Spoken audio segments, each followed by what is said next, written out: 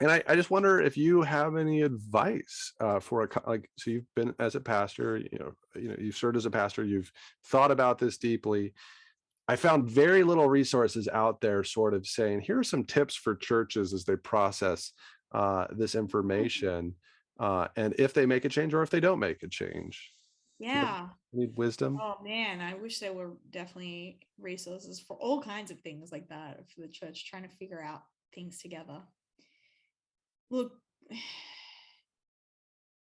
it's a really hard thing for a church to make decisions about change, just any change. It's really hard. Um, and what with my church, I'm not thinking about the issue of women ministers, but just different other things, proposals and things that we wanted to do. I really cared about unity. I really cared about us making decisions together, um, doing things with a love of neighbor, people loves love of people who are different to us because we're called to hospitality to strangers. And so this is something you're going to have to, I think, if this is a thing that the church is trying to wrestle through, it's something you're going to have to do together.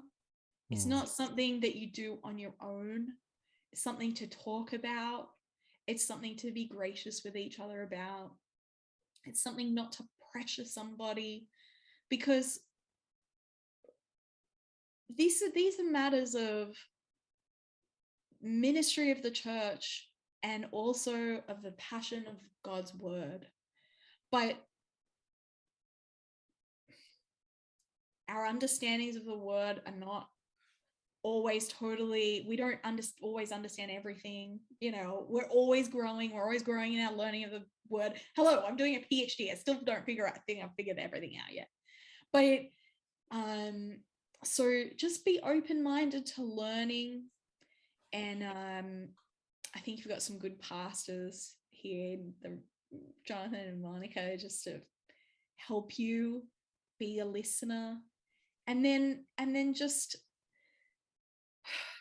yeah, I mean, do this together.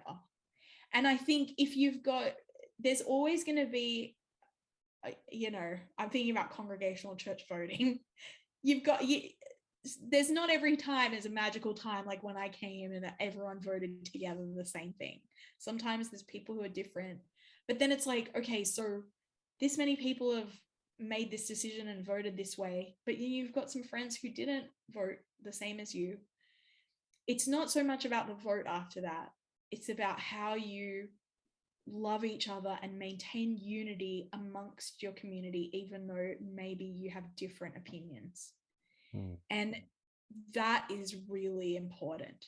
So just say, I don't know what's coming down the pipeline for you guys, but just say you will have a vote about, could we have a woman elder? It's not so much the vote. You're going to talk a lot about that, talk crazy about that, read the Bible, talk, and you do really want to listen to both sides, right? Don't just read all the people but who else can I be reading? What else can I be learning about? But then what's going to happen after the vote? What's going to happen the Hmm. next day? And how are you going to love each other, because even when you're different? And how are you going to stay in the pews together and do that amazing thing that congregational churches do, which is somehow stay together even when you're all so different? I mean, that's just a wonderful thing. So just be thinking about that, how you can love each other.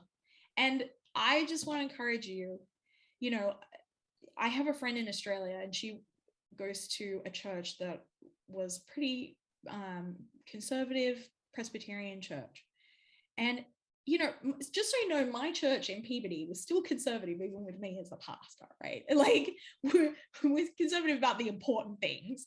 But she went to a church where they hadn't had a woman minister, they hadn't had a woman lead a service, they hadn't had a woman preach, they hadn't had all these different things. And then the church went through a period where they were just processing, trying to figure it out. And my friend said, I really don't mind one way or the other what happens, because I love this church and I'm committed to this church, and I'm open to whatever comes of this. the day came when they made the decision, they voted, and or I think it was the elders, because it's a Presbyterian church, they made the decision that women will now lead services, and preach. And when that happened, my friend said, unexpected, she just burst into tears. She just couldn't stop crying, because it was like, she said to me, I felt that now I was seen, I was part of this church in ways that I never thought I could be before. And it was an amazing thing for the women in the church, that even though the women really, they were pretty relaxed about whatever happened, but something happened in that church where suddenly these women, they felt embraced, and that was really beautiful. It was unexpected. But so, talk to the women in your church and listen to them too, because yeah, it could be a surprisingly beautiful thing and healing thing for them too. Yeah. Check out the entire conversation here, and please like and subscribe.